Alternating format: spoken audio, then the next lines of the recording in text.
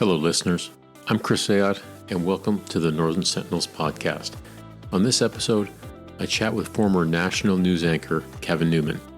I'd never met Kevin before I reached out to him to be a guest on the show, but it turns out we know many of the same people. I wanted to find a guest with a background in media to talk about how the media landscape has evolved from the trusted evening news when I was a kid to most people having no idea what is real anymore. We cover these topics and a lot more. Before we get to our guest, a word from our partner for this episode and a member of the Veteran Volunteerism Initiative, Mood Disorder Society of Canada. As a part of the NSP's continued effort to support veteran businesses and charities, listen to how you can help other veterans by dedicating as little as 2 hours a month. Mood Disorder Society of Canada, or MDSC for short, is a national charitable mental health organization. We are pleased to advise that True Patriot Love Foundation has chosen us to participate in the Veteran Volunteerism Initiative. This initiative harnesses the skills and spirit of service among veterans to help other veterans, strengthening their community. We are happy to advise that we have several opportunities for give back by veterans in support of other veterans. Just 2 hours a month over the course of 1 year. We're looking for 30 veterans. Are you one? To learn more about the Veteran Volunteerism Initiative, you can apply online, send an email, or call. Our team will direct you to the program that suits your needs. We look forward to hearing from you. info@veteranspeersupport.ca or veteranspeersupport.ca. And now, my friends, here's my conversation with Kevin Newman.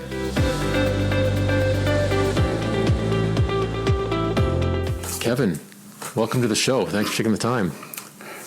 Thank you for the invitation, Chris. I was wondering, I want to ask you about your morning routine or your health routine, because you maintain a level of health and fitness which is great. But one of the things I was thinking about before, about an hour ago, is so when you're interviewing somebody who is a professional interviewer, a journalist.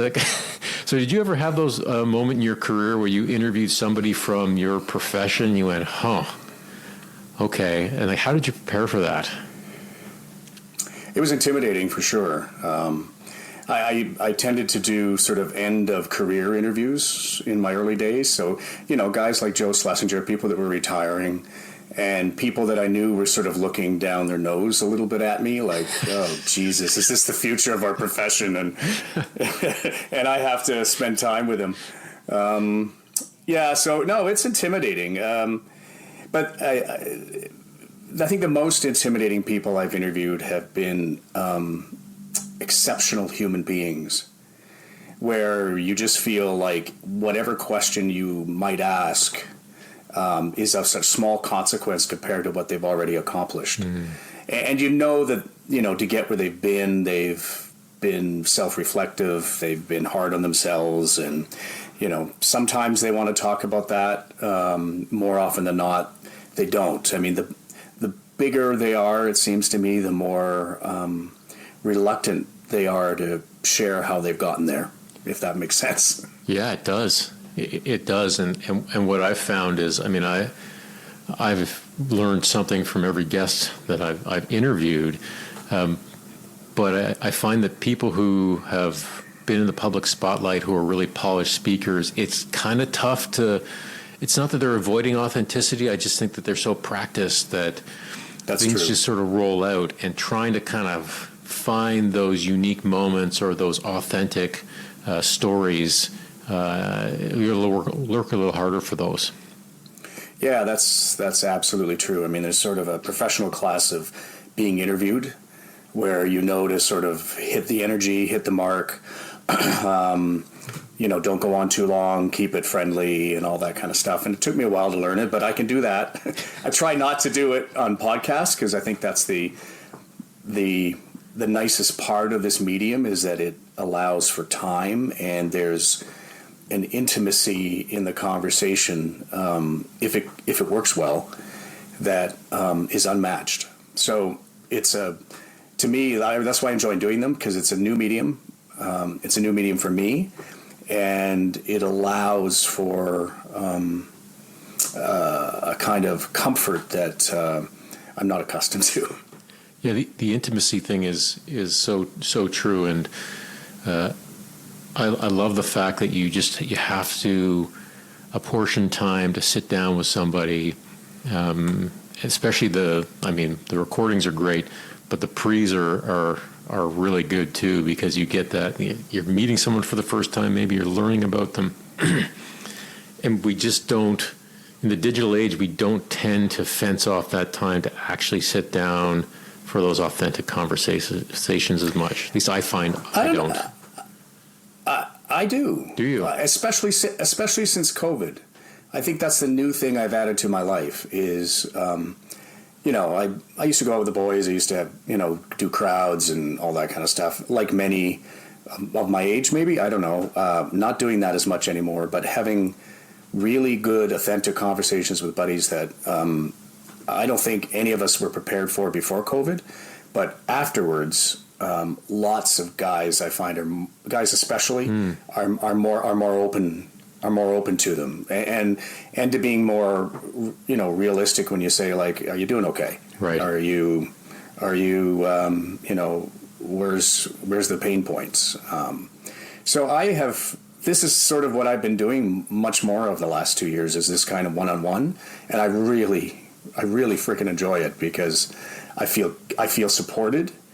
And I just feel that thing that you guys in the military sort of always have, and that's that sense of tribe, is something that I've developed and I'm developing currently, and just narrowing it down, figuring out who's really there for you, who is sort of there for you, and who isn't really there for you, and culling that experience, and having a much more, I think, authentic relationship with the ones that I really, really love and care for. So did you initiate that?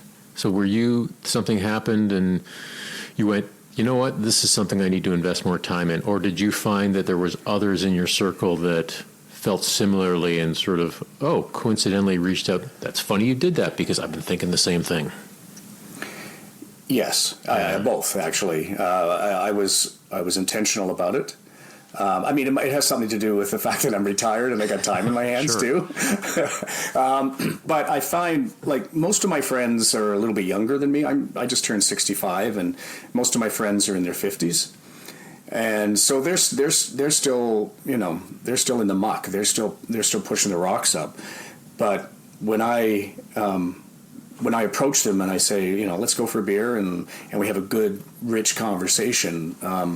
It's kind of becoming a thing that everybody's starting to do with one another, I think, just because we do recognize that these are really tricky times, and people are handling a lot of anxiety and a lot of uncertainty, and for the men in my life, they're often the ones that have to establish the pattern that other people lean on, and so it's been really good. So you said you're 65. So you don't look 65, which... God bless you. Yeah, well, hey, everyone loves a compliment. But you certainly, you must be, I think fitness has always been important to you.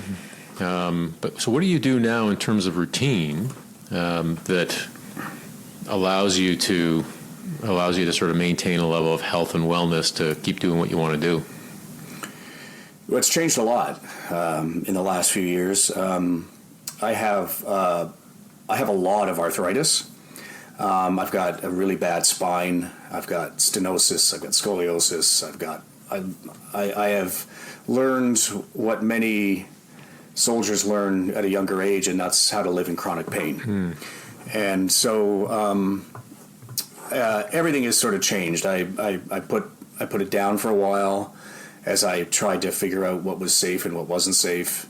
And so now, diet's really important. I've cut back on my drinking a lot, because that's a an inflammatory that, when I have 3 beers in a night, I feel it the next day now.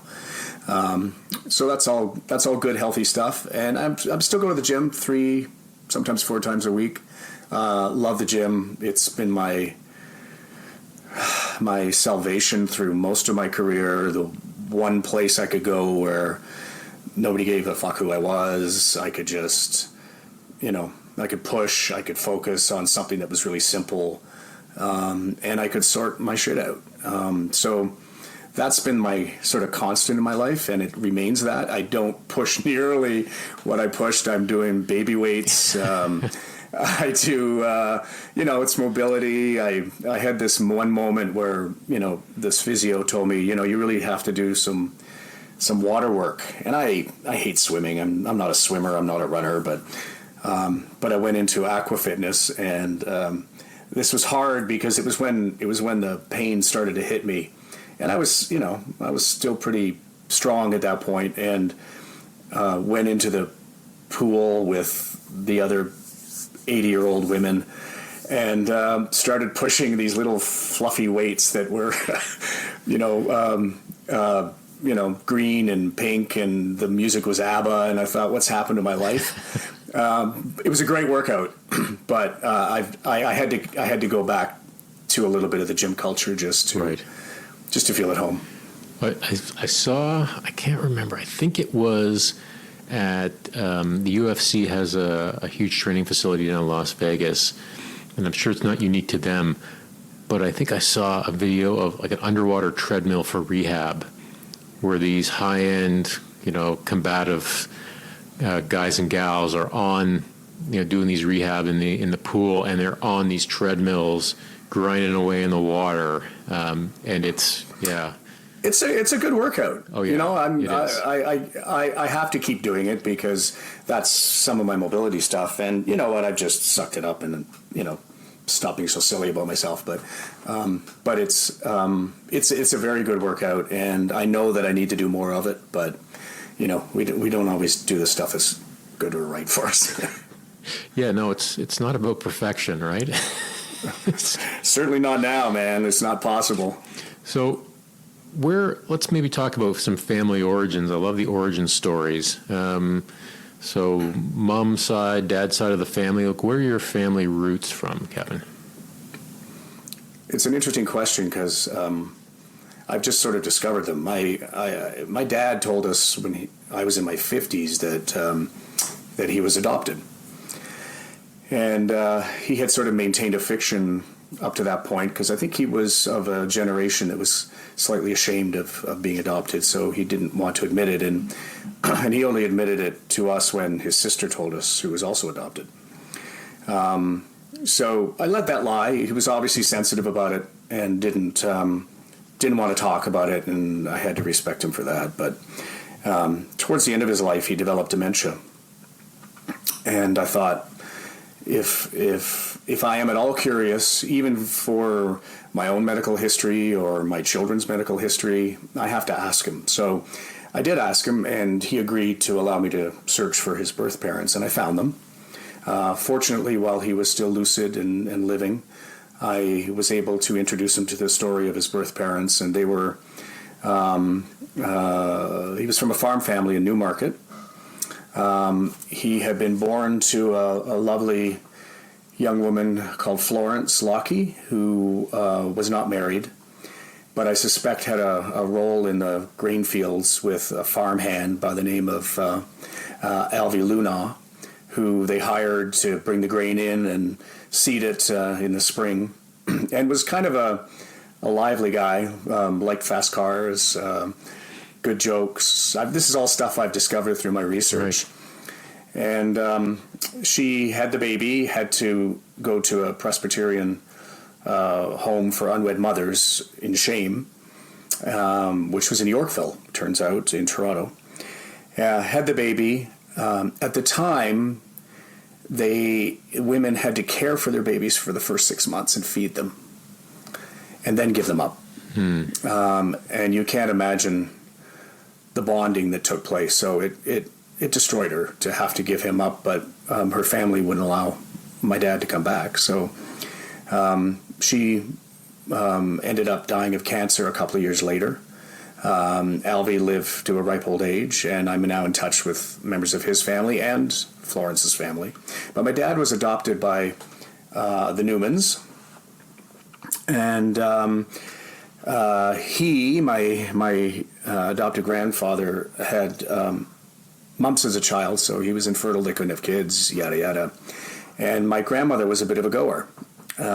She ended up being the first woman treasurer of the city of Toronto. She was elected to city council in huge majorities, ran for MP in Eglinton and lost, ran for mayor of Toronto. She's the first woman to run for mayor of Toronto. Yeah.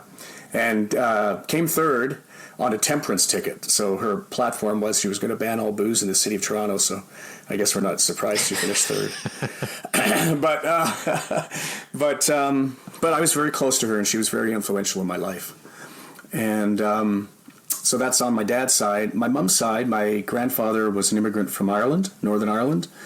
Had a big falling out with his dad over republicanism. His dad was loyal to the crown. My grandfather was a bit of a shit disturber and wanted to be a Republican. They fell out, so he came and worked on a farm in Alberta initially as a prairie hand. Ended up working as a hydro linesman in Toronto. They had one daughter who was my mom, Sheila, and my grandmother was an orphan from the First World War. An incredibly tragic story of losing both her parents before she was 14, raped by an uncle that she was with, and the uncle's wife put my grandmother on a boat with $50 in her pocket to Canada. She landed in Halifax, Montreal, then Toronto. Never heard from her family again.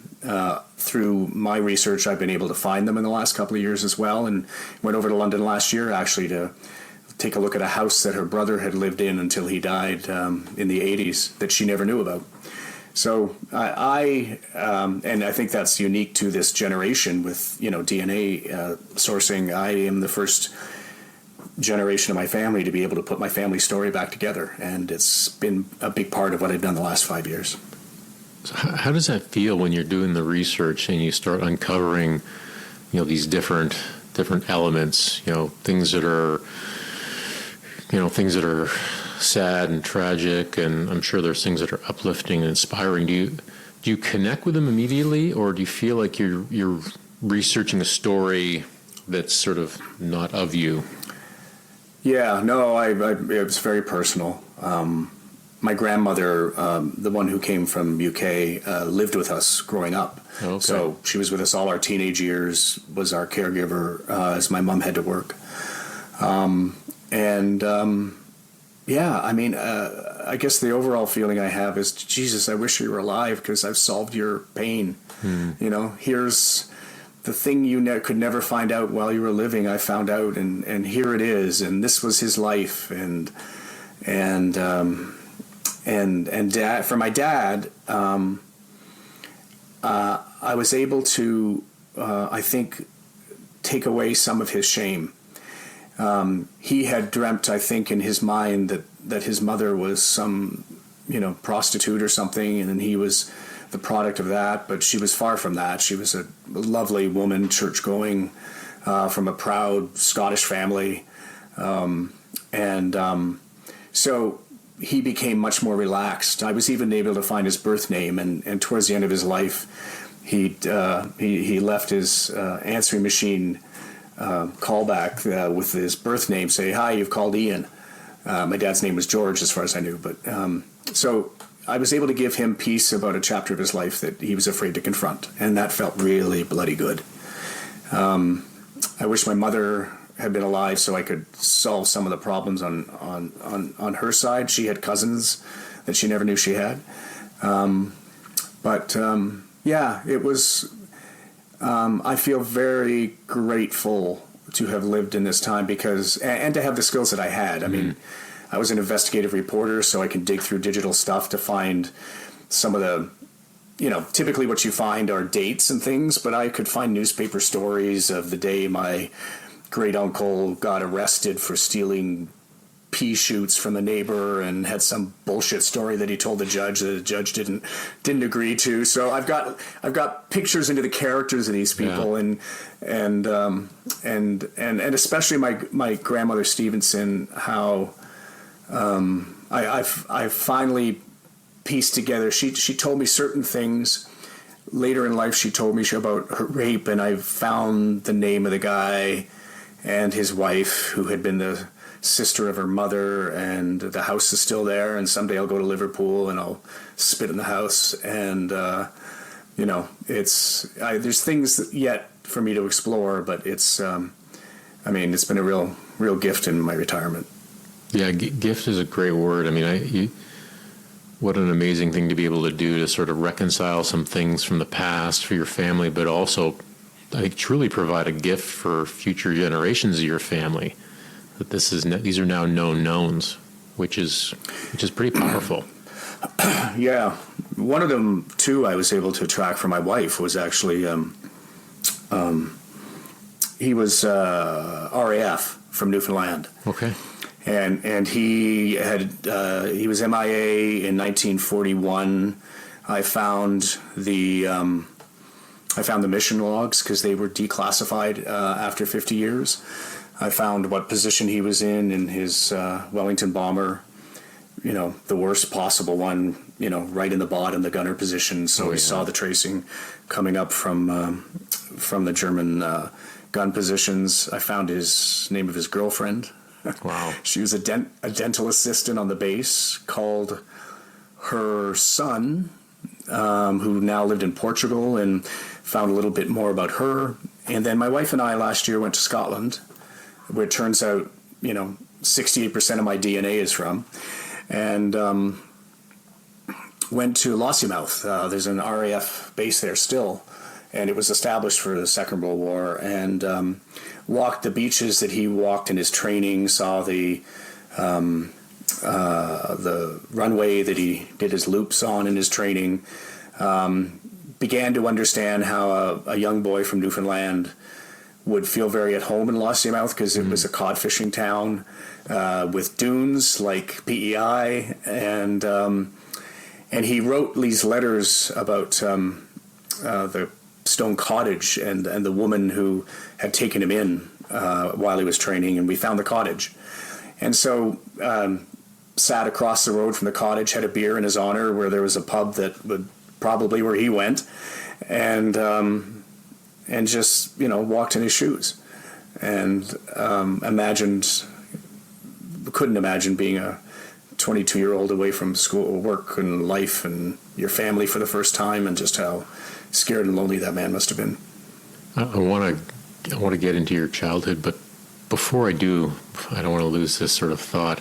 I'm sort of curious, because you clearly have a real passion for family history and these details, and then having an experience connected to that. Was that something that was always the case for you, or is this something that you think that spun out of your lifelong profession? No, I've always been curious. I've always been curious. Curious about world events. Curious about science, space. Perhaps more curious about other people as time went on. But one of the things I learned very quickly in journalism was that if you are willing to be an honest listener and you ask someone their story, they're incredibly grateful, because very few people do that. And to have that opportunity to sit in front of somebody and say, this is my story, this is how I see things, this is what's happened to me, this is how it makes me feel, this is what I wish was better.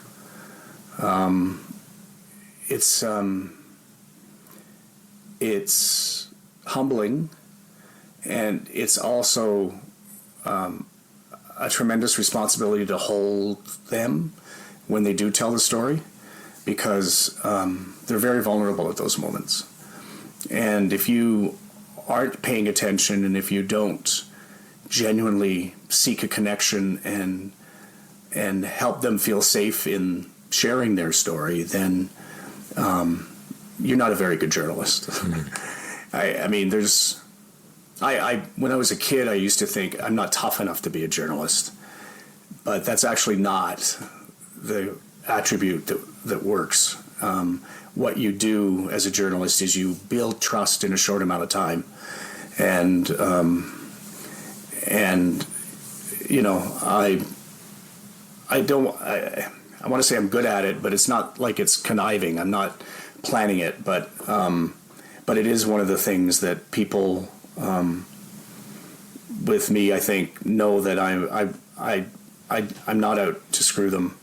I am generally curious, and I'm ready to be convinced. And so, I'm not sure that answers your question, but no, that's sort of how I feel about it. Yeah, and I mean, I think trust is going to be a theme of this conversation, and I think one of the things that was that drew me to wanting to chat with you was, I mean, I'd seen obviously the public-facing Kevin Newman, and then as I started to sort of ask questions and ask around, I was genuinely surprised at how deep your connections run into the military and how many people you know and know you.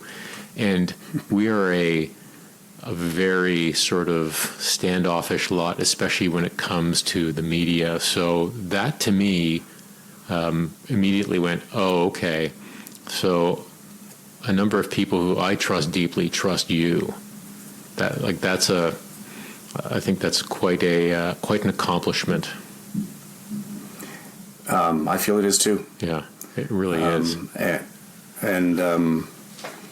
Yeah, I want to know what's really going on in people's lives.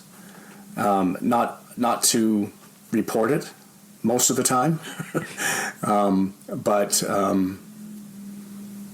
it's, as I said, I think it's just part of my curiosity, and I do know, especially in your soft community, that there's a rigorous test that people go through to be allowed in, and I was just you give, you see if it's received. And you trust that the person that you're giving it to, you watch for a while. Right. And I was watched. Sure. And I was tested. And I was happy to be part of that because, you men and women are, you're incredible Canadians, and you have experienced and seen some of the things that people in my profession have too, that I always felt it was kind of too bad that we couldn't communicate, because we've been to many of the same places, maybe not as close as you guys have been, but we've seen the world as it really is. Mm-hmm. In all its ugliness and corruption and stupidity and sweet parenting and all that stuff. And so that's why many of my friends are in the military, because I want to hang out with people who see the world as I see it. So where were you born? Toronto, Mount Sinai. Raised in Toronto? Mostly. A little bit in Montreal for 3 years during the Expo years, lucky for me. Okay. And then back to suburban Mississauga for all my teenage years, and then off to Western for university and the rest of my life. So what did you enjoy doing as a kid, spending your time doing? I was a loner. I had a younger sister who almost as soon as she was born had medical complications. For a while they thought it was cancer. And then she was disabled with something called Lycurthus, which was a distortion in her bones and her ability to walk. And so my mother was very fixated on Kelly, and I was pretty well left, to occupy myself, which is understandable, because she was a lot of worry. And so, I didn't. I just remember spending a lot of time on my own. So I was in my head a lot. I was, I played by myself. I'd fantasize. I was into spaceships and rocket ships and toy guns and stuff, but didn't really hang out in the neighborhood that much. And that was true almost straight through to university.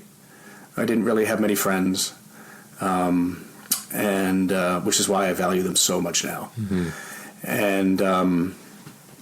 And I was pretty self-supporting.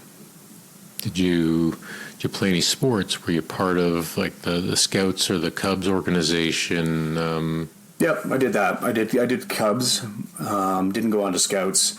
Didn't play any sports. I was and am asthmatic, and so team sports, running stuff was hard for me. I was a bad skater. I was not athletic. I really didn't discover athletics until university, when I started, training and developing better discipline, and my asthma had eased a little bit, and I could run a little bit. I had a couple episodes in hospital for asthma where I was in a bubble tent, mm-hmm. where it was like pure oxygen, and so I always sort of felt I probably removed myself from friendships too, just again sort of feeling not quite as vital and aggressive as some of the boys in the hood. So why did the family move from Toronto to Montreal and then back to Toronto? Yeah, my dad worked for Bell. Okay. He was a Bell sales guy, so it was those old-fashioned transfers where they bounce you around a little bit in big companies, and so that was the reason.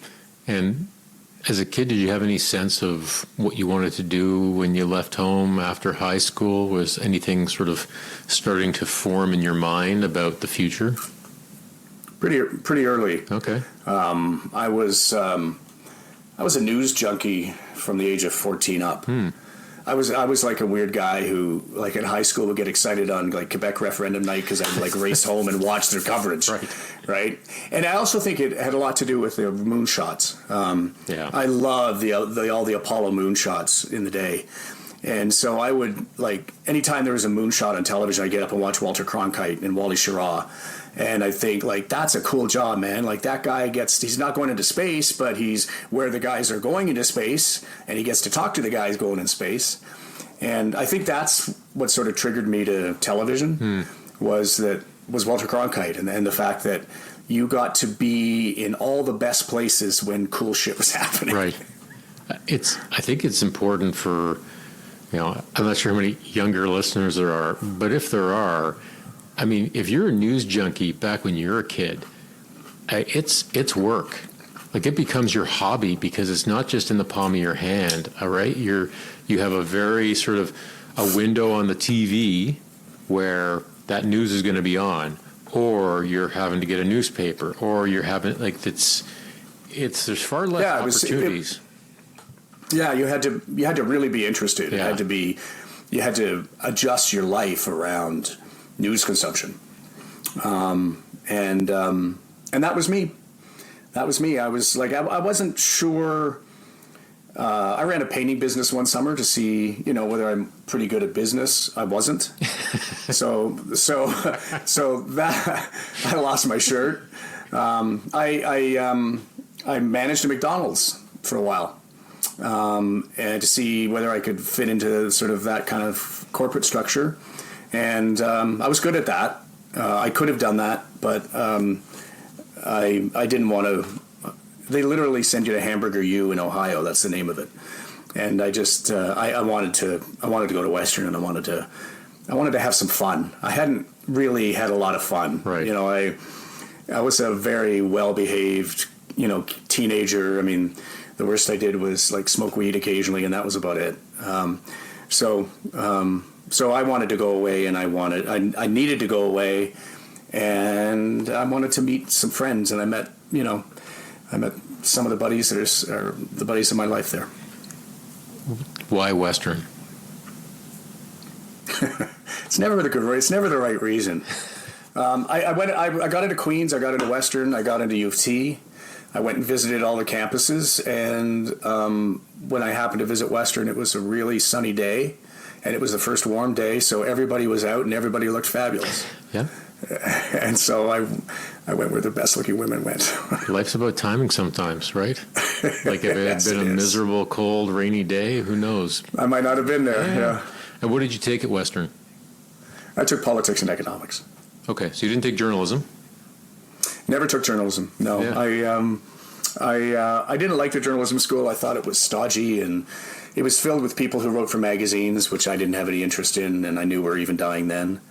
So I volunteered at a campus station. I helped start up the news department at a campus station there called CHRW, which still exists today, 40 years later, believe it or not. And that's where I cut my teeth. I did it. I'm much more.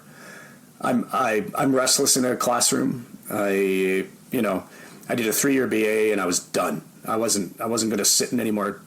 I wasn't going to sit in any more desks. I needed to do something, and so I got my first job making coffee and monitoring the wire services at Global News in Toronto. So did you? I mean, you sort of already said that you were looking for an experience. So did you go to Western just to have a different experience? Did you go because you thought, well, I kind of need to get a degree, and so like I'll tick that box and get it done? Yeah, I mostly went for the opportunity to party. Yeah, like I hadn't partied, and I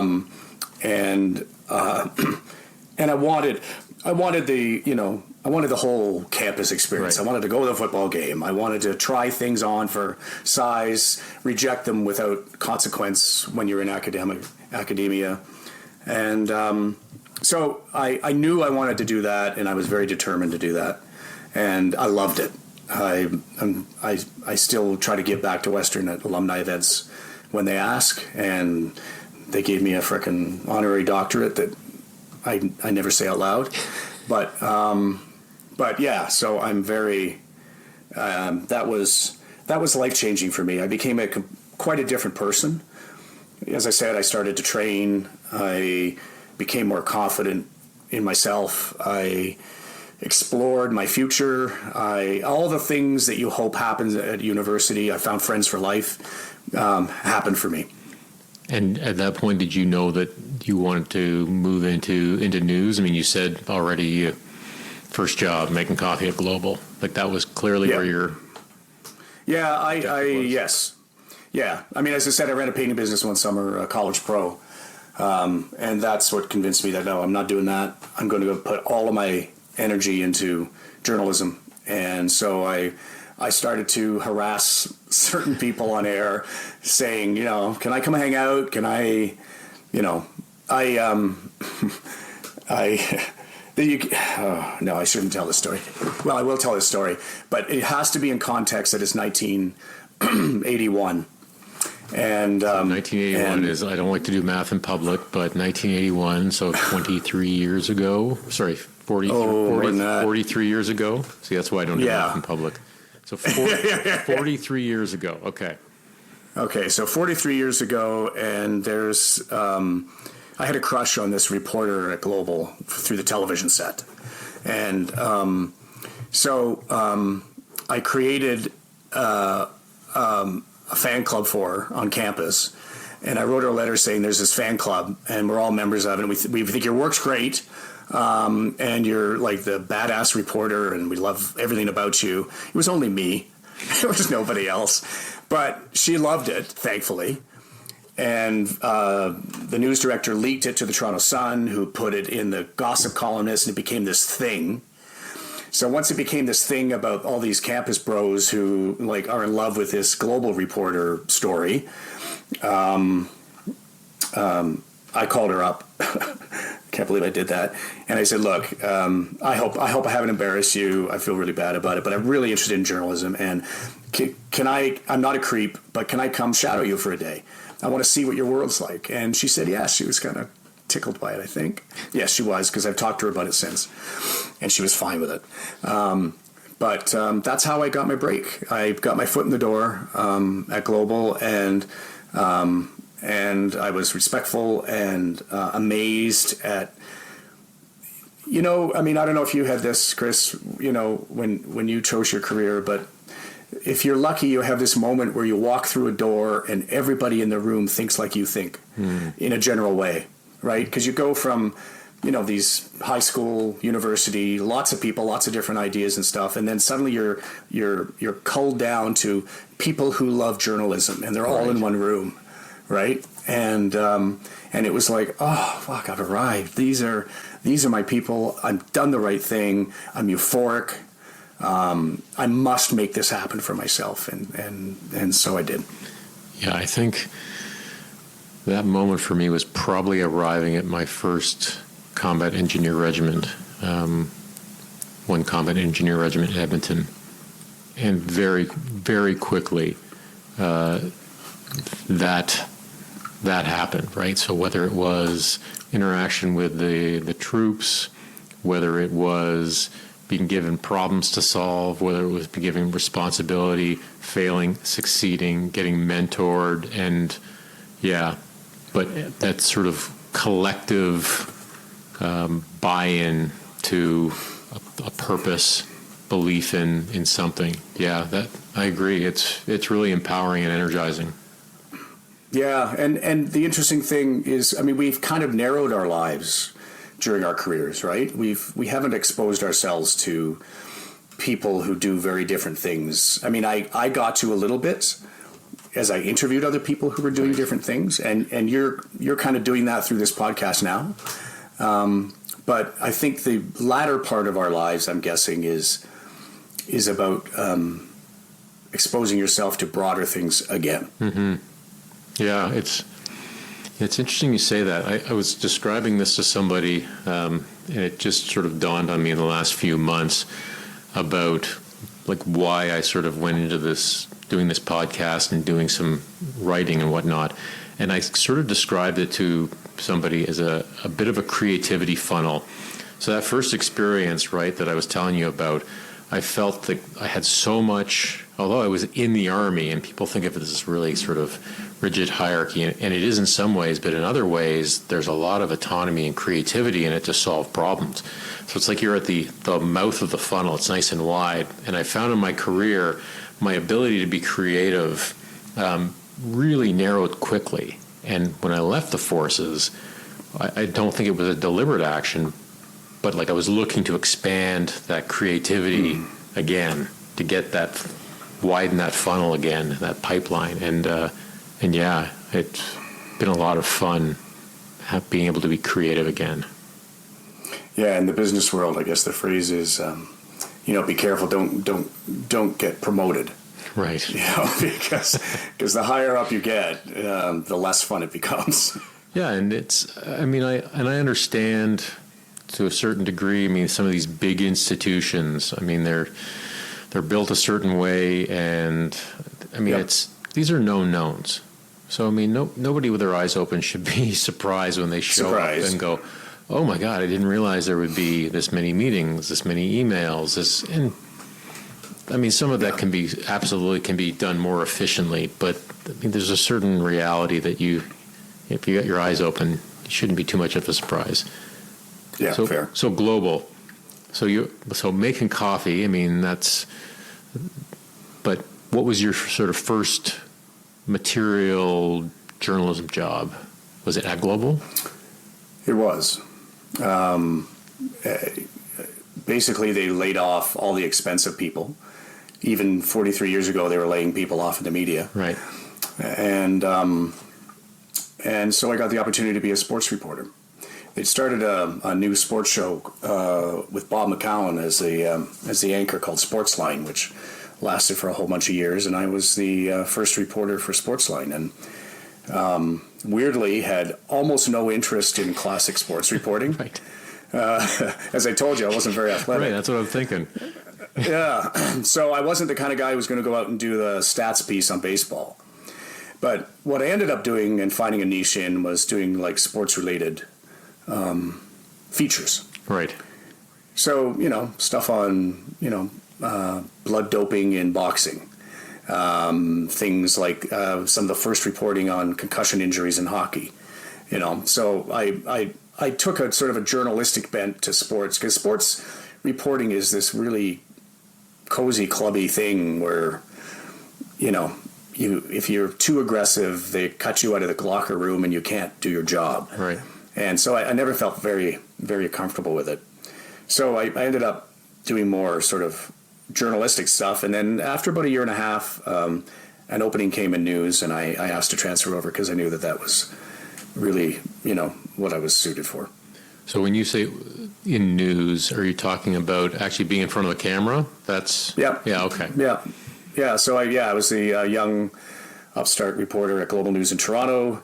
Did all those things that you have to do for the first few years. A lot of crime stories, which are really hard. A lot of crime stories. In my profession, you tend to cut your teeth on those because they're hard. The police don't want to share information. You have to deal with grief. You have to manage people in their worst days of their lives. And you have to somehow find out the facts when investigators don't necessarily want you to know them. Mm-hmm. So it's a good culling assignment for young reporters of who can manage their way through that. And then I got appointed to the Queen's Park Bureau covering politics for Global, and then got transferred to Ottawa to cover Parliament for Global, and then went to CTV, CBC, blah, blah, blah, blah, blah. On it goes. So you covered Queen's Park, you covered provincial politics. What was the difference, whether it be environment or the approach, between covering provincial and federal politics?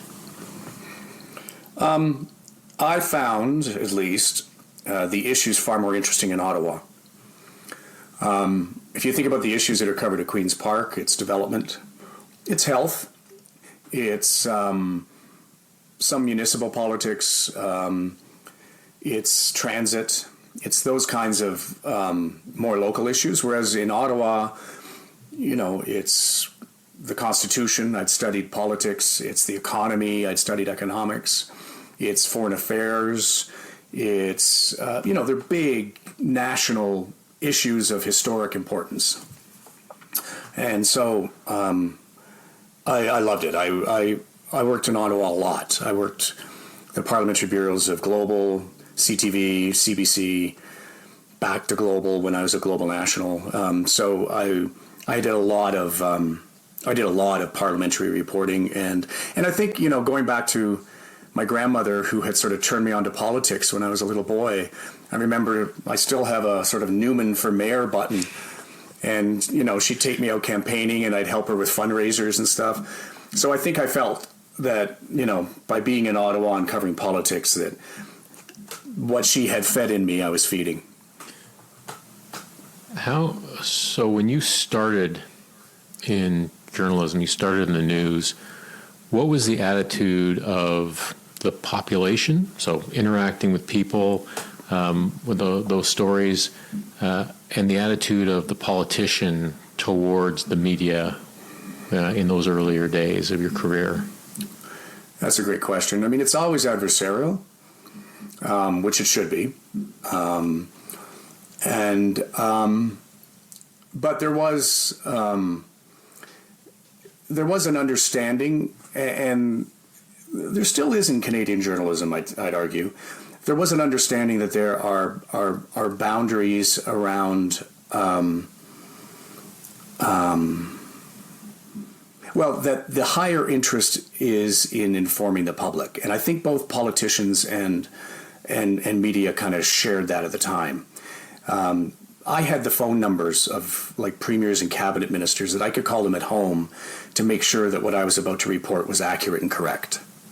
That doesn't happen anymore. There's now huge levels of communication staff and advisors in between the ministers' offices and reporters and the PMO or the premier's office, and that flow of information between the decision maker and the reporter is really doesn't hardly ever happen anymore. It did then. and cabinet ministers had real power to influence decisions and carry decisions forward and make them happen. So it was a much purer time, I think, in that sense for politics, in that the elected officials ran the show. Now they don't, and now it's the unelected officials that tend to run the show, and the advisors. So that made journalism easier. It made getting answers a whole lot easier. You could actually get answers, more often than not. What you get are talking points now, and there were still some talking points in the old days, but it wasn't the fine art that it is now. Right. And if that's an art and not just bullshit. So it was rich. It was good. And there were some things that we knew about each other that never got reported. That still happens. There are still the foibles of people that, I'm aware of. And you make a judgment as a reporter, does this impact their work on behalf of Canadians? And if it does, then, you might have to pursue it if it's impacting their work. But more often than not, it's not. It's just it's the story of lonely MPs away from their families who sometimes get into trouble in Ottawa that could happen to anybody. And I can't, I can't in good conscience sit in judgment of somebody for misbehavior that doesn't, impact their ability to do their job, or impact, whether or not they're leaving themselves open to, foreign influence, and things of that nature. Is there a something that stands out, a story, an interview in those, as you put it, those purer times that was particularly formative or impactful for you, that maybe shaped the way that you were in the latter half of your career? There's I think, an unfortunate tendency, if you're covering crime, which I was in my early working life, to try to solve the crime. And to think that you've just had an interview with somebody that looked a little suspicious. And so you begin to play a very dangerous game of doing the police's work. And sometimes you might cast somebody in a certain light based on how you felt about what they had just told you. And that's dangerous because usually it's wrong. Usually the person is acting as they're looking because they're trying to hold their shit together, and they've never been in this situation before where they talk to a reporter, so they're not acting normal, right? And so I guess what I learned through that was to not do the job of the other person, like not assume that you have more knowledge or somehow more insight than the person you're sitting across from, and just listen to what they have to say and try to be as, I'm not saying you're impartial, but try to be as neutral and fair as you can. And I think that was a good early lesson, because I had editors pull me back on some of the ways that I was characterizing things, and it turned out it was a good thing, because I had it wrong. Right. What was your first anchor job? Full time? Yeah. I did a show, called CBC Midday, which was on it was a national show on CBC at noon, and it was like we call it the Junior Journal. So it was interviews and news for an hour from 12 to 1, and I did that here in Toronto. Was that different from what you've been doing previously, and how so? I've been a reporter. I've been a parliamentary reporter. I'd worked national bureaus in Alberta, the North, the Maritimes. So I was seen internally anyway as like a reporter who might be a news anchor someday, but certainly not a soft anchor or an interviewer. But I had kids. I had two kids. I had two young kids, and I was working for the National at that time with Peter Mansbridge, and the day began at 10 and it ended at midnight, 5-6 days a week, weekends. And I wasn't seeing my kids. So this job came up in Toronto, which was midday, which fortunately was on at midday, which meant it ended at 3. Got up early. I could pick the kids up from school. So I made a decision that everybody in my profession thought was wrong, but it was right for me. And I was grateful for it. Does everybody, I mean, air quotes everybody, but did the majority of reporters want to be an anchor? Is that considered to be the brass ring? It pays. It pays. I can't tell you how little reporters make. Like, if you were to guess what someone 20 years in at a national level, covering national news on television in Canada makes, what would you guess their average salary would be? Well, I would probably 20 years in. Yeah, I would probably think, okay, 20 years in, they're probably in a major center. So if they're in Toronto, that's. Yeah. I mean, if you're making $100,000 in Toronto, you're scraping by. So I would think that you probably need, with that much experience, I would hope you're making somewhere like, I don't know, north of 150, 175, something like that. So when I started, my first national job at CTV was my highest paid reporting job, and it was good. It was $92,000 a year. Right. But that was 1986. So when I was at CTV a second time, most recently, I was on W5. I went to the news director, and we were about to hire a new national reporter. And I said, "So what are you paying these days?" And she said, $92,000. And I said, "You mean in 30 years there's been no increase in the salary of a national reporter with experience and all the work they do, and they work really bloody hard?" And there hadn't been.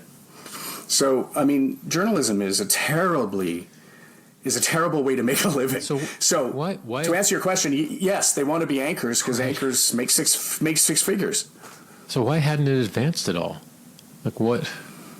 The constant layoffs, right? They chop the top level off all the time, and that's how they rejuvenate. And it's a shrinking profession. So there's no need to pay people more to fill jobs. It's actually the exact opposite. And they've been bought by large telcos that, drive their wages to the bottom, frankly. And so they've never, it's never been, I think, I am probably of the last generation, and it's only because I went to America and I was an anchor that could raise a family on a journalist's salary. Is that why you went down to the U.S.? Was it the ability to provide for your family better in an American? Yeah, it was two. I had been let go by CBC because they wanted to bring in another host,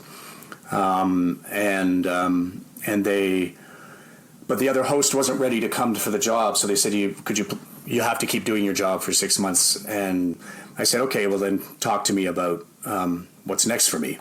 Because, when you get those top jobs, they come and go, right? So, but they never talked to me. So for 6 months, I did this other job. They never talked to me. I went, oh, shit, I know what's happening here. Right. I'm being played. So I had a call out of the blue from ABC in New York right towards the end of my time at CBC, and they offered me an overnight job, which was twice the salary, and it was an easy yes at that point. I didn't have any other options in Canada. What's an overnight job? Not to be dense. I anchored their overnight news, so they have a 3-hour newscast called World News Now on ABC. Okay. That goes across the country. So I would get in at 10 at night, and I would work till 12 the next morning. Okay. So I'd work the night shift. Right. Okay. And like all good immigrants do. Right.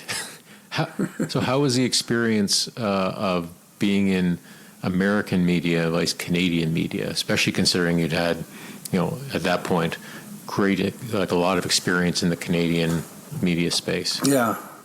It was intimidating. They're very smart, aggressive players down there. You know, it's like going to the major leagues. Like, everybody's great. Right. You know, there's no deadwood. And I found, too, to my surprise, that even though we live next door to America and we absorb their culture and we think we know them, we don't. They're different. They're much more different people than we expect them to be. And so my antenna, my journalism antenna was not tuned in. It took me a long while, probably 5 years, and the good graces of a couple of mentors that I latched myself onto to help explain things to me when I didn't understand why people were reacting to news in a way that, as a Canadian, I wasn't reacting. So I felt like a fish out of water, which I also used to my advantage, because sometimes as a journalist, you can fix your Canadian lens on an American problem and say, well, it doesn't have to be this way. There's another country very similar that solved problems this way. So I could use that, but I never felt as sharp editorially in the United States as I felt in Canada. And what year did you go down to the U.S.? I went down in 1994, and I came back a month before 9/11. So how did the Canadian media landscape change when you came back? And I guess why did you come back? It hadn't. Oh, it hadn't. Oh, interesting. I found when I came up after 10 years, I went, oh God, you're still here? Oh God, you're still doing that? You know? And it's like, you know, I thought it had not really evolved at all. So the opportunity that I had to come back was to help create and anchor and launch Global National. Global hadn't had a national newscast up to that point, and it was ready to fund one. It had become a national network finally.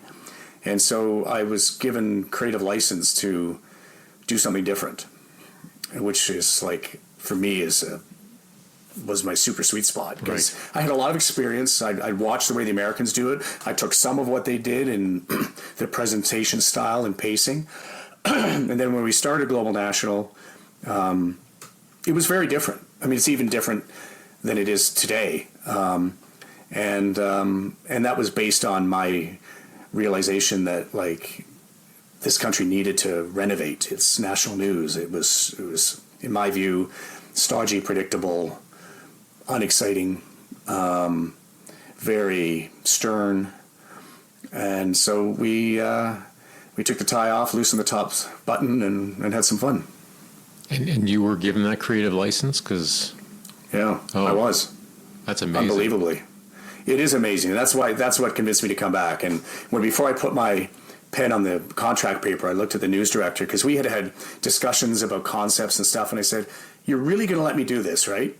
And he said, I'm absolutely going to let you do this. And then I signed it, because like you, I was like, this is too good to be true to have that kind of license. But they were really hungry to do something different. The owners, the Aspers at the time, they didn't want to be like CBC and CTV, and they wanted something to be proud of.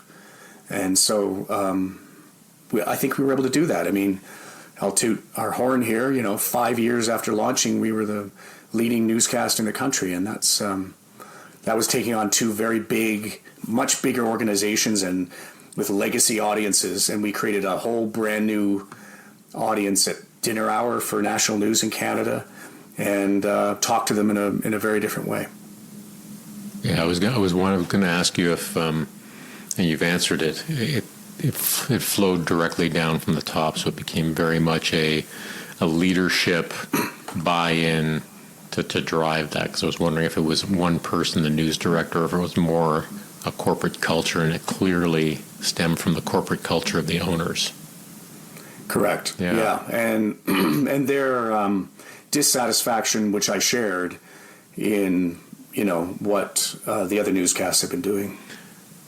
So At what point did digital really start to impact on your world? Right from the beginning, when I started Global National, when I was at ABC in New York, Apple had given, I was working at Nightline with Ted Koppel. Yeah. And Apple had given Nightline some of its beta testers, and made them beta testers of something called Final Cut Pro. And we all know it now in the content business. It's their proprietary editing software for video, but no one had ever seen anything like it at the time. And I remember sitting in the edit suite at Nightline and going like, holy shit! Like this is a consumer product that I can load on my computer that will allow me to make high-end production quality video for the cost of the software. Up to that point, editing required, 6 different machines, and hundreds of thousands of dollars to have an edit suite. Now an edit suite was a $129 software solution. So when I came to Global, and I knew that we could start building something brand new from the base up, there was no legacy stuff that we would inherit. I insisted that we build it as a digital organization. So we built it we were the first newscast in the world to use Final Cut Pro to edit news. And it doesn't sound like a big deal, but what it allowed us to do was, instead of lugging around all this heavy equipment, which you guys know tons about,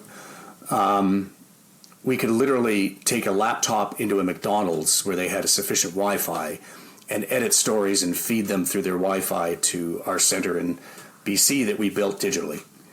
So we were much more flexible than any other news broadcaster. We were faster. We didn't need to go to places to file. We could literally pull over, have a quarter pounder, and file a story, right? And that just opened up so much in that newscast ability to be aggressive. We would, I'd fly to a farmer's field. We could broadcast from the middle of a farmer's field over IP and all that kind of stuff. And so we became very aware of digitally. And then because we were digital, we were the first news podcast in North America, the first news vodcast in North America. So we threw it all out there because we were all digital, and tried to see what stuck. One of the first news shows to have their own YouTube channel. All the stuff that's taken for granted now was actually pioneered there. So how did CBC and CTV react? Dismissive at first. I think, Global hadn't had a great news brand, to be honest. I went, and when I was researching it, I went to a marketing company and I said, so what's your shortcut for what global news journalism is? And they said, it's a friendly place to get a weak cup of coffee. And I went, okay, so I got to be espresso then, right? Yeah. Like all I got to do is like juice and jack it a bit, and then it'll be a friendly place to have a strong cup of coffee. And that's a winning formula. I don't like weak. Yeah. No, I don't like weak. So we, so that's kind of what we did. And then we started, the ratings were good. We surpassed the national in our first 2 years. And then we started threatening CTV National, which was the market leader. And so they did take us seriously. They started monitoring our content and commenting on it. And we won some awards. And so, pretty quickly it was established that we were a serious news source and a serious force. And a lot of that was covering the Afghan conflict.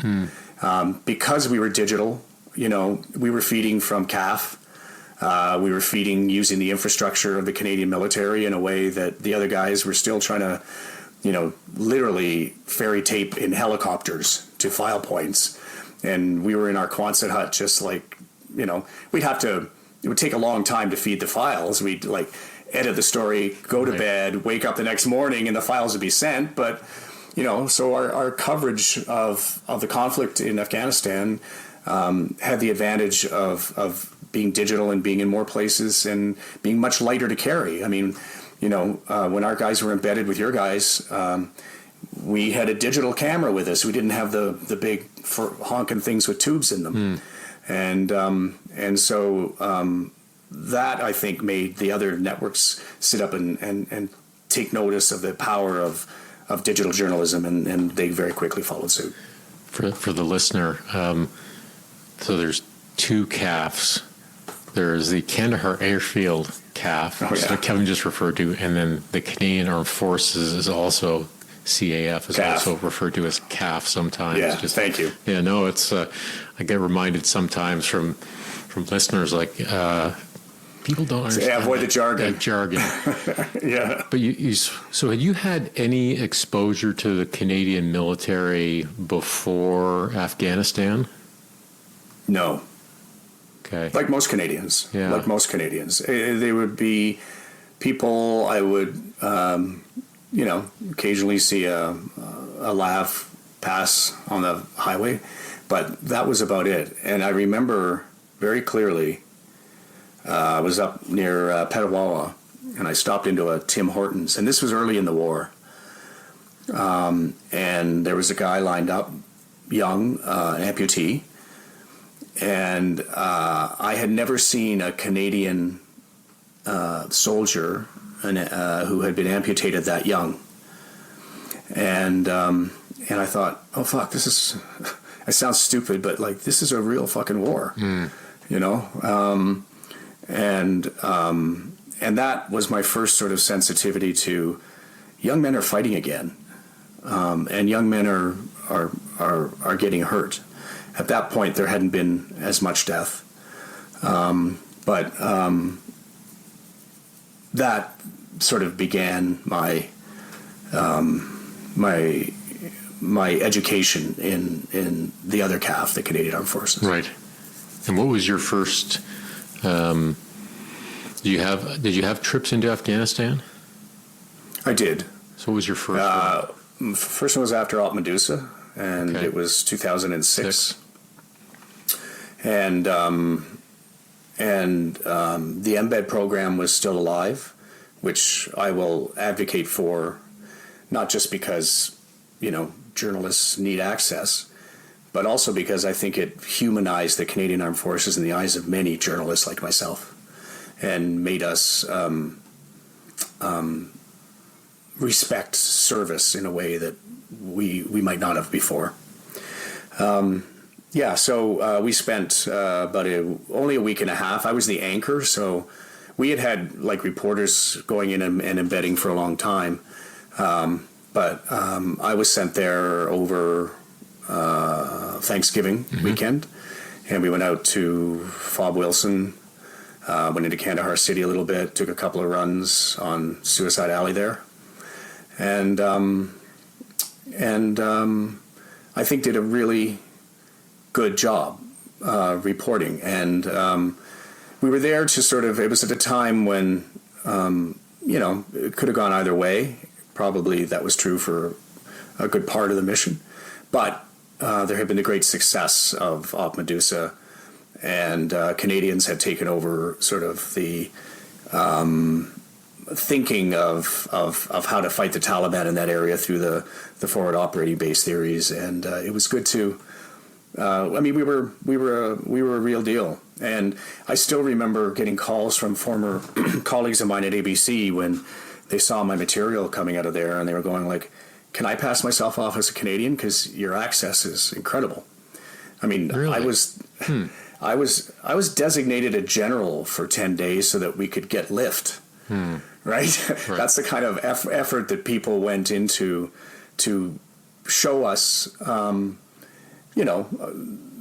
the whole story, but a good part of the story. And there was a real openness at the time in the Canadian Armed Forces to showing Canadians what we were doing there. Yeah, I'll kind of go back to what you said about journalists and military personnel are this really small group of people, and there might be a few others in the population, but who get exposed to the world outside of Canada in a way that few really do. And I think that That's really important. And I think it's really important to be able to share those stories with Canadians to remind people how fortunate we are. And also not to just take it for granted, and to understand that there's people who are serving in a whole bunch of different ways at home and abroad, but this thing just doesn't self-sustain. This thing called Canada doesn't self-sustain. It needs investment. It needs investment by citizens, and one way to do it is through serving in the military. But yeah, and I think the Embed program is really important for that reason, is to shine a light on what service in this way looks like. Well, and just in my personal life, it linked me and connected me to some exceptional people in my life. I mean, I think, you talk about the necessity of understanding that. I wonder if there's a relationship, the fact that the MBA program was never repeated. It went away with Afghanistan, and we are facing such a depleted Canadian Armed Forces now. I wonder whether there's a connection there, that once you eliminate soldiering from people's social media feeds, journalism being written about firsthand, and you eliminate access to soldiering, do you harm the future of soldiering? I mean, I wonder. I don't know that I can draw that line today, but maybe. Maybe. How did you decide to do a documentary on Matt Daw? How did that come about? Well, I was doing. David Halberstam's The Best and the Brightest, about the Vietnam War and all the mistakes made along the way, where he went back in time and just sort of chronicled the decisions made at each stage, which may have made sense in that moment, but ended up pulling the United States deeper into the quagmire of Vietnam.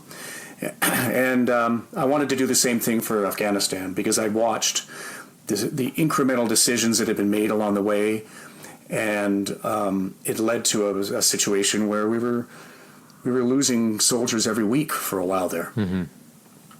And so I went backwards and bought the rights to a book that had done some of that work, and so we began to retrace the path to war for Canada, and put it all in perspective. And you began to see the same kind of thing, I thought, as David Halberstam had discovered in falling into Vietnam. And but what the piece lacked was what in the documentary world we call a character. In other words, somebody that people could identify with. Mm-hmm. And the Global National Crew had been on patrol with Matt. And I remember a good buddy of mine was a cameraman, and he was sending me stuff about Matt, and just what a freaking A1 guy that he was. Like, quiet, unassuming, hell of a leader, hell of a soldier, came from this incredible Daw family and all that they have come to represent. And that they had spent a fair bit of time with Matt, and he had the footage still. And at that point, when I was doing the documentary, I knew that Matt had died by an IED explosion. And so I knew what the story was, but I didn't realize that we had so much of Matt the man before he had passed. So sat down, watched the footage. I fell in love with Matt, not having ever met him, like many have. And and then we contacted his dad and his family and sought the permission to incorporate him into it. And his dad was interviewed as well. And then the piece aired. I didn't hear much about it. But then I started to see Matt, pictures of Matt in the oddest places. I interviewed Prime Minister Harper at one point, and behind his desk at the Prime Minister's office was his family and Matt. And I recognized Matt from the documentary. Really? yeah. And then I said, why is Matt Daw there? And he said, because I have to make decisions and I need someone to look at when I'm making that decision. And some of my decisions are life and death decisions. And Matt is the one that I have to look at when I'm making that decision. I thought, wow, that's cool. And then I saw his picture behind Michael Byrne, who was the head of the Invictus Games. Yep. And then I was driving up with a mutual friend of ours who will remain nameless to my cottage and told him about Matt. And by that point, we'd been hanging out for about a year. He was at the military college up in Wilson Road here in Toronto. And we become pretty good friends. And I thought I'd sort of cut through. But it was a year after we'd sort of buddied up. And he told me that he was very good friends with Matt. And that he had been in Afghanistan when Matt died. And that he became friends with me through that documentary when he saw that I might have had an affection for Matt, but he needed to check me out for a year. Right. And so that's when I also appreciated just how professional Sof is at secret keeping and not tipping their hands. Right. You never play cards with anybody who's a special forces guy because they're brilliant at it. And I turned to my friend and I just said, you've known me for a year and like you knew the whole time that I had done this with Matt. And anyway, so we had a good discussion and he still wears, as many do, a bracelet that has Matt's name on it. I think I mentioned earlier about trust, I think, being a recurring theme here. And that story certainly highlights a level of trust that you've built. And I'm wondering about trust in media now. And I think one of the things that probably is a challenge for a lot of people, myself included, is being able to trust what we're reading, to separate fact from fiction. And I think in our previous conversation, you talked about the amount of white noise that is out in the media landscape today. Did you feel a change and evolution in media at a point in your career where it was now past a tipping point, perhaps? Yeah, two concurrent things have been happening. There has been the emergence of a misinformation industry, and it is an industry. You can, it's not just Russia, Iran, and China that are involved in this. You can pay companies to attack people with bots now and impact the public's thinking about them.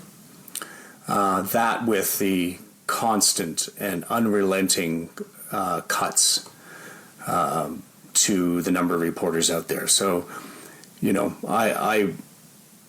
I existed in a time when I could just report and write. That job no longer exists in the media. Anybody that you run across now in television has to do the editing, has to do the filming. There's much less think time. You have less time to develop the kind of trusted relationships that beget good reporting and accurate reporting. More mistakes are being made, no doubt.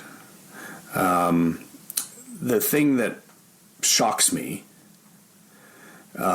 is that we are losing the ability to believe that there is actual fact and not perceived fact. And with that comes a belief that you can't have actual reporting because there are no actual facts.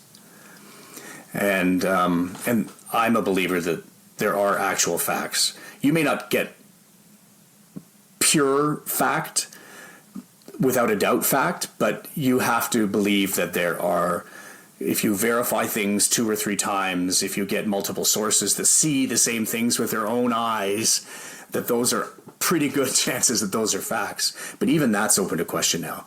Even now, because of AI and everything, what you see, you might not believe. So we're in a very scary time to me. And I don't know how we get out of it or get back to a belief as a society that facts exist. I noticed, like, even the guys I went to university with who know me and know how much I care about journalism, even they have said, well, you journalists, you just write what you're told by corporations or told by political whatever, or who's paying, the Trudeau government's paying your bills. And I'm going, no, nothing has ever come out of my mouth that I didn't reasonably believe. And nobody believes me. Mm. Even the people who know me don't believe me anymore. So we may have lost it. We may have lost journalism. We may still have conversations like this. We may have analysis.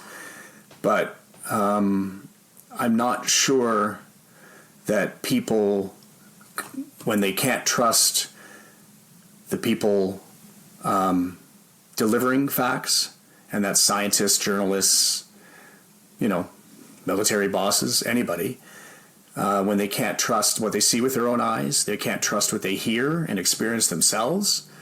I don't know whether journalism survives that. Where does the responsibility lie? And I'll use an example of, defense and security. Most Canadians feel safe and secure at home. And, defense and security and national security is complex. And unless it becomes a ballot box issue a lot of times, it doesn't rise to the level where it gets a lot of political attention and effort to drive change. But ultimately, it's still the Canadian population that's responsible for that. But I do feel that there is a part of it when you elect somebody and they have a broader view and you elect them to do the responsible things in the best interest of the country. So although I would certainly say the Canadian population has a lion's share of the responsibility to put the right people in office, there is an incumbent responsibility on the government to do the right things when they're in office. And so I use that as a bit of an example. Do you feel that that governments have a responsibility to protect a level of professional media or a professional media enterprise? And I think we've spoken about the cutting W5 as an example, or the cuts to Bell Media. Is there an incumbent responsibility on government in some way, shape, or form, or is that not realistic? I think there's a responsibility on government to hold those to account who make the decisions. I wouldn't want government making a decision on whether W5 lives or breathes. What I would like to have had was somebody in government go to Bell Media, a very profitable company at 22% in the last quarter, and ask them what steps they took to try to sustain investigative journalism at a time when misinformation is a national security threat. And there were lots of people who called it a bullshit decision, but nobody did anything, right? Like, no regulator challenged Bell's license and said, if you don't do a better job of supporting news, we won't give you the license. You're a regulated company by us, government. We have the power to take the license from you or take part of the license from you. But nobody's, not a peep from government regulators, nothing. And that's true as, everybody else goes through their difficulties. So I think it's leadership, right? It's always leadership. And you and I have worked and watched a lot of leaders, and we can probably name on one hand the ones who we felt were actual leaders and leading people to uncomfortable conversations that needed to happen. And to me, that's where we are right now about journalism, about our country, about our military, about our safety. You look at Macron in France. He's leading some very uncomfortable conversations about what France may have to do in the next 10 years. Sunak and the defense minister in UK are leading uncomfortable conversations about threats, and that the world that we are blessed to be in right now may not sustain. And I don't hear those conversations from any party leader in Canada, not one. And I don't understand that. I think that's a terrible abrogation of the leadership that's required at this moment in time for the things that Canadians know aren't going well. Mm-hmm. Like, everybody feels it. People may not want to accept it, but everybody knows that things aren't going well, and everybody knows that this feels. Everybody of a certain age knows that this feels familiar, and everybody at a younger age is scared. And our leaders are ignoring that because it's an uncomfortable conversation. And I look for anyone who will emerge in Canada who is ready to have a serious, uncomfortable conversation of we have work to do to be able to turn this country over in the same shape that we received it to the next generation, because I'm not sure that's a given right now. I mean, how do we get to this place? I mean, so you just quoted a number of, or enumerated a couple of world leaders that are having uncomfortable conversations, and I mean, not just the people who I'm around from the military, but the people in my community and others that I speak to. I mean, no, I haven't met anybody who's adverse to the uncomfortable conversations or adverse to leaders making honest mistakes and putting their hand up. So how did we get to a place where we are now, where people don't want to have those hard conversations or don't want to earnestly go forward and say, I thought that was the best thing to do. It wasn't. You know what? We'll do better next time. How did we get there? Any sense? I think politics became different when it became an always-on thing. In other words, that and we did it for the right reasons. We in Canada, we took big money out of our politics. We changed the laws. They did it in the States too, but the Supreme Court struck it down. So big money is flush in there, right? All those big companies and lobbying groups that own certain politicians. That doesn't happen here because our laws forbid it. But what we replaced it with was micro donations. So, the most you can donate is $2,000, but parties live and breathe on these $5 every month donations. And so we created a system where you always have to be stimulating those $5. So anger works. And social media works. Right. And always arguing and stuff motivates people to continue, and tribalism works, right? So in order to fight these elections, we've created 24/7 campaigns where people are just always trying to trigger people to separate with their small amounts of money. Okay. If we could reform that, and I don't think we need to go back to, big money interests, because that wasn't healthy for our democracy either. But there must be something in between. Maybe the public funds certain numbers of election campaigns. Maybe that's a taxpayer. I'm just thinking out loud here. Mm-hmm. Maybe that's a taxpayer thing that everybody knows how much they have, and they go off and they spend it, and there's no other money needed. Then maybe we just be talking about politics around election campaigns, and so we could have those big ugly conversations, and we could have big projects like free trade, you know. But everybody is so afraid of affecting those microdollars that are coming into the political parties that nobody wants to talk about big stuff. They only want to talk about silly little stuff that motivates cash.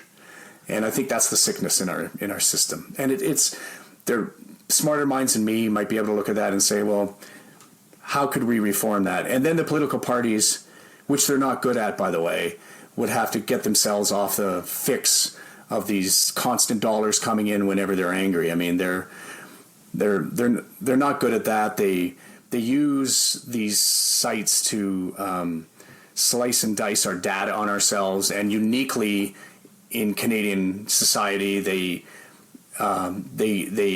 brought in legislation where how they know about us and what they know about us is secret.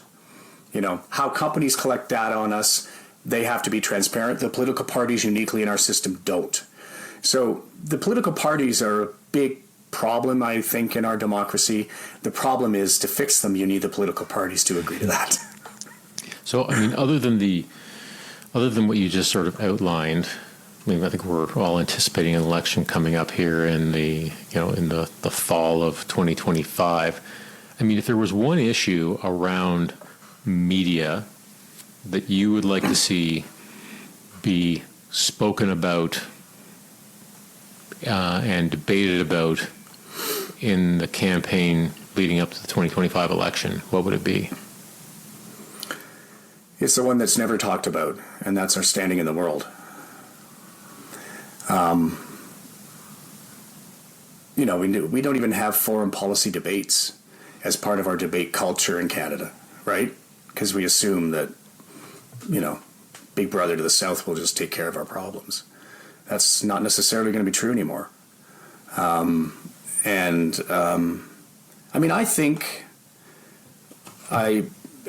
think we could be heading towards an existential crisis for our country.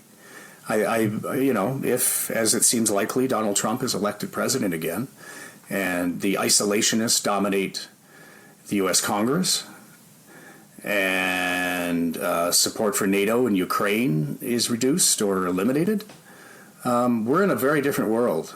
And that's not a world that any Canadian should feel comfortable about. And if there are tariffs, if he comes forth and slaps tariffs on everything. Those are the things that, I still believe that the right leader who articulated that challenge and said, here's where I want to lead to meet that challenge, I still think that person could be prime minister, because I think there's just such dissatisfaction in the country, anxiety, fear about the way the world is moving, kids that can't afford to get their house, all that stuff, that we just don't happen to have that person right now, in my view. Yeah. This is all personal view. I'm not speaking for anybody but me. I'm watching Mark Carney dip his toe in that place. He's talking about those kinds of issues and what is Canada's place, and that we do not have the same world. While all of us go off and think about small things, we need to be thinking about the big things. So I hope that I hope that somebody sees that there is what I believe to be a vast majority of Canadians in the middle who feel unrepresented by the politics of the moment, and might even start another party in the way that Macron did. Macron came out of nowhere to be, the leader of France by creating his own party at some point. And so maybe I'm naive and a Pollyanna, but I still think that can happen in Canada. People want to be led, and I don't say that in terms of, something pejorative like, people are sheep. Not at all. I mean, I got this advice as a young leader that I took over took command of a field troop in that unit I was talking about in Edmonton, and I got great advice from a senior NCO who's like, you have a bunch of exceptional soldiers and leaders here who demand good leadership. So you need to deliver that. And I'd like to think that most people want to be led for a whole bunch of different reasons, right? Whether they're going to have confidence that they have a good leader, that they're going to handle these problems, they're going to learn from that good leader through their example. They want to see it, right? Yeah. Like there's because you don't see it. No, and in when so you many don't see situations. Yeah, you know it. Right. So I couldn't agree more, I mean, maybe I'm sure I'm naive in far too many ways to count, but I look and say, I've always been kind of perplexed by this idea that not admitting when you're wrong or not admitting your faults is somehow going to work in your favor. I mean, let's face it. Although, you know, if you look at Doug Ford in Ontario, he's a politician who I think is taking that to heart. Like, he reverses himself on pretty big things that he attempts. And he basically goes in front of the media and says, I've changed my mind. I don't agree with that anymore. And he, so far, if the polls are correct, he gets away with it. Canadians understand that sometimes you get new information. You know, I agree with you. I mean, like, why can't we have a real discussion about healthcare in this country when it's clearly not working? Right. You know, and I think it's because the political class is afraid of it. But I agree with you. I don't think the voting class is afraid of it. I think they're hungry for it. No, not at all. And in fact, if you were a business leader or a military leader or leading in whatever way, and you made a mistake, and everyone knew you made the mistake, and you're not willing to admit to the mistake, I mean, that is going to do you far more damage reputationally from a trust perspective than it ever would from saying, whew, I blew that one big. Thought it was going to go this way. It didn't. I didn't consider that. Someone gave me good advice. I ignored it.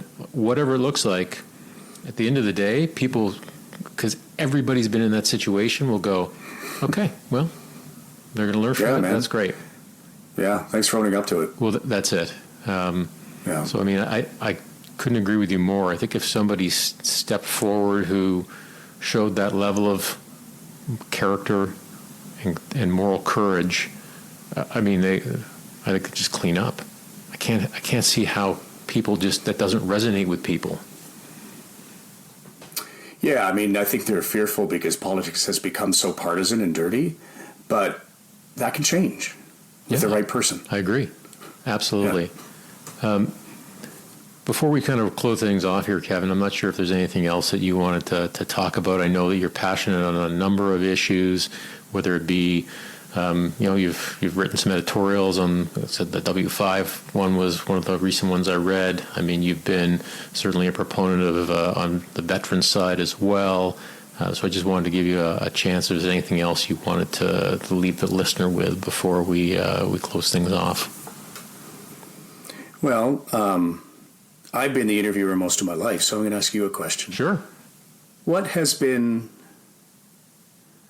the most delightful surprise in your life since service? Since leaving the military? Yeah. Delightful. Yeah.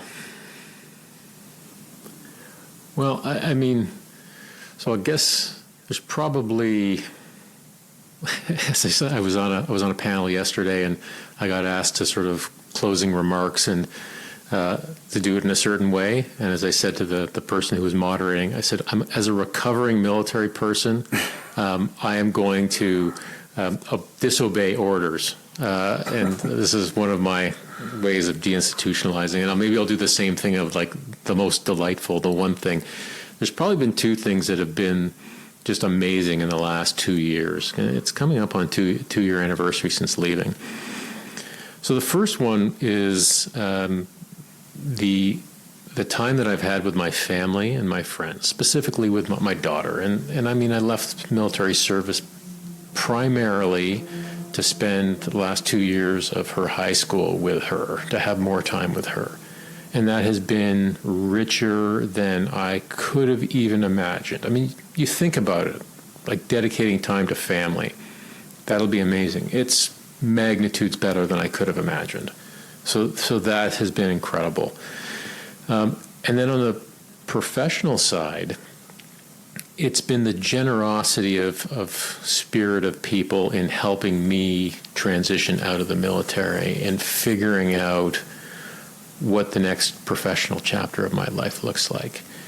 And I have been immeasurably sort of touched by people's generosity with their time, their advice, in helping me navigate out of the only job I ever had, really. Like I got in at 18, I left at 48. Wow. So like those two things in the last 2 years have just been phenomenal, and unsurprisingly, like deeply related to connection in people. Because that's the gold. Yeah. That's all the gold. No.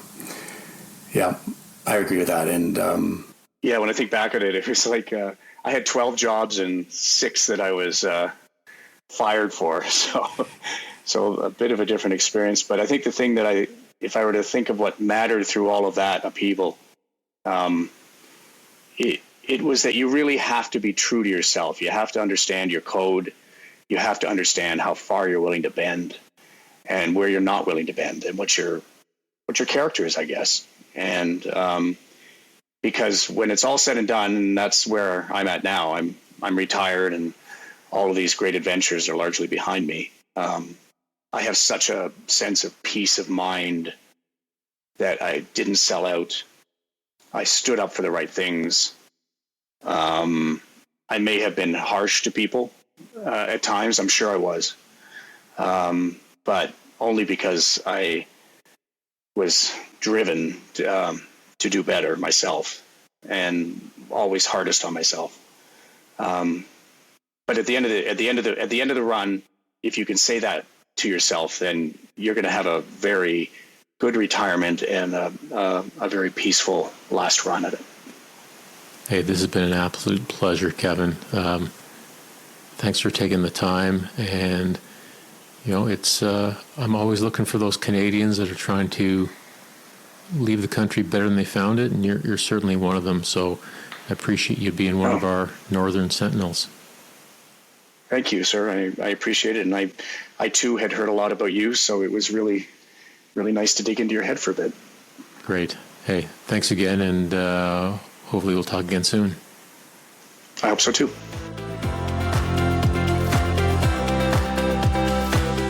I hope you enjoyed my conversation with Kevin Newman. Please take a minute to subscribe to The Greater Good on Substack to get this and other content to help you citizen better. Thanks for listening, and goodbye until next time.